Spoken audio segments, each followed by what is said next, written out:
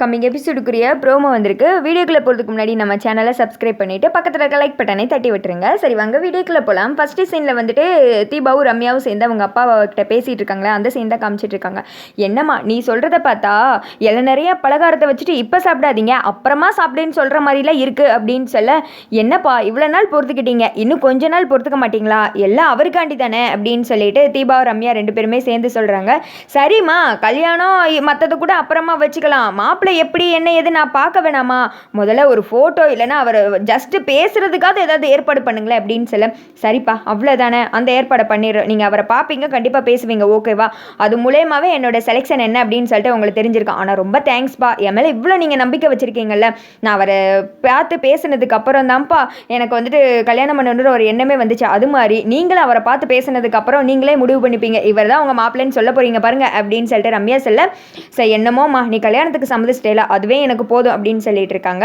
தீபா இதுக்கெல்லாம் ஒரு வகையில் நான் உனக்கு நன்றி சொல்லணுமா, நீ வந்ததுக்கு அப்புறம் தான் இவ இப்படி ஒரு முடிவே எடுத்திருக்கா அப்படின்னு சொல்ல, என்னப்பா நீங்கள் நன்றியெல்லாம் சொல்லி என்னை வேற ஆளாக ஆக்குறீங்க அப்படின்னு சொல்ல, சரி நான் வீட்டுக்கு கிளம்புறேன் அப்படின்னு சொல்லிட்டு தீபா சரி நான் போயிட்டு வரேன் அப்படின்னு சொல்லிட்டு ரம்யா கிட்டே சொல்லிட்டு வீட்டுக்கு கிளம்புறாங்க. அடுத்த சைடு வந்துட்டு ரம்யா வீட்டில் இருக்கும்போது திடீர்னு அவங்க வேலைக்காரி ஒருத்தங்க வர்றாங்க. வந்ததும் ஒரு கிஃப்ட் மாதிரி கையில் கொடுக்குறாங்க. யார் கொடுத்தது அப்படின்னு கேட்க, தெரியல உங்களுக்கு தான் கிஃப்ட் வந்துச்சு கொடுக்க சொன்னாங்க, பார்சல் வந்துச்சு அப்படின்னு சொல்லிட்டு கொடுக்க, ரம்யா வந்துட்டு என்ன பார்சலாக இருக்கும் அப்படின்னு சொல்லிட்டு அதை வந்துட்டு ஓப்பன் பண்ணி பார்க்குறாங்க. பார்த்தா இவங்க பேர் ரம்யா தானே, அதனால் அதில் வந்துட்டு என் ரம்யமானவளுக்கு என்னுடைய காதல் பரிசு அன்பு பரிசு அப்படின்னு சொல்லிட்டு அதில் வந்துட்டு எதை நோட் பண்ணியிருக்கேன். அதை பார்த்ததுமா இங்கே ரம்யாவுக்கு சந்தோஷம் தாங்க முடியல, வானத்துக்கு முமிக்கு டங்கு டங்கு டங்குன்னு குதிக்கல, அவ்வளோதான் வித்தியாசம். அப்படியே ஒரு மாதிரி ரசிச்சுக்கிட்டே கார்த்தியை நினச்சி காதல் மலையில் உருகி கொண்டு உட்காந்துட்டு இருக்காங்க ரம்யா. அடுத்து வந்துட்டு உள்ளே இருக்கிற அந்த கிஃப்டெல்லாம் பார்க்குறாங்க. அவங்களுக்கு ரொம்ப பிடிச்சிருக்கு. கார்த்தி இந்த கிஃப்டை பார்த்தாலே தெரியுது நீங்கள் எவ்வளோ ரொமான்டிக்கான ஆளேன்னு அப்படின்னு சொல்லிட்டு சொல்ல, ஆமாம் ஆமாம் நாங்களும் தீபா கூட பேராக இருக்கும்போது பார்த்துருக்கோம், ரொம்ப ரொமான்டிக் கார்த்தி அப்படின்ற மாதிரி இருக்குது. நீங்கள் வேறு ரம்யா கார்த்திக்கு இந்த மாதிரி கிஃப்ட்டு கொடுக்குறது அதெல்லாம் செட் ஆகாதுப்பா, அதெல்லாம் செம்பருத்தியோடு அவர் வந்துட்டு நிறுத்திட்டாரு, இதில் ஏதோ சும்மா ஃபார்முலா தான் ஆக்டிங்லாம் வந்துட்டு பண்ணிகிட்டு இருக்காரு. ஏன்னா செம்பருத்தி பார்த்தா நம்ம எல்லாருக்குமே தெரியும் கார்த்தியோட ஆக்டிங் எப்படி அப்படின்னு சொல்லிட்டு, அவருக்கு ஆஃபீஸில் இருந்த ரீச்சை விட செம்பருத்தியில் வந்துட்டு பயங்கர ரீச்சு. நானே வந்துட்டு பயங்கரமாக 2 பேத்துக்கு ஃபேன் ஆகிட்டேன். அந்த மாதிரி பார்வதி வந்துட்டு மாமான்னு கூப்பிட்றதா இருக்கட்டும், கார்த்தி வந்துட்டு பொண்டாட்டி அப்படின்னு கூப்பிட்றதா இருக்கும், ரெண்டு பேத்துக்குமே வந்துட்டு காம்பினேஷன் வந்துட்டு அல்டிமேட், போட்டு நடிப்பாங்க. சபானாவா கார்த்தியா அப்படின்ற மாதிரி பயங்கரமாக என்ஜாய் பண்ணி போட்டு நடிப்பாங்க. ஆனால் இதில் வந்துட்டு எந்த மாதிரி போய்கிட்டு இருக்குன்னே தெரியல. செம்பருத்தி கதையோட இதை கம்பேர் பண்ணும்போதெல்லாம் 0%. ஸோ கொஞ்சம் கூட செட் ஆகலை. அந்த மாதிரி தான் டேரக்டர் வந்துட்டு எடுத்துகிட்டு போய்கிட்டு இருக்காரு. ஏதோ கார்த்தி இருக்கிறதுனால ஃபேவரட் ஹீரோ ஹீரோயினி இந்த மாதிரி வந்துட்டு அவார்ட்லாம் கிடைக்குதுன்னு நான் நினைக்கிறேன்.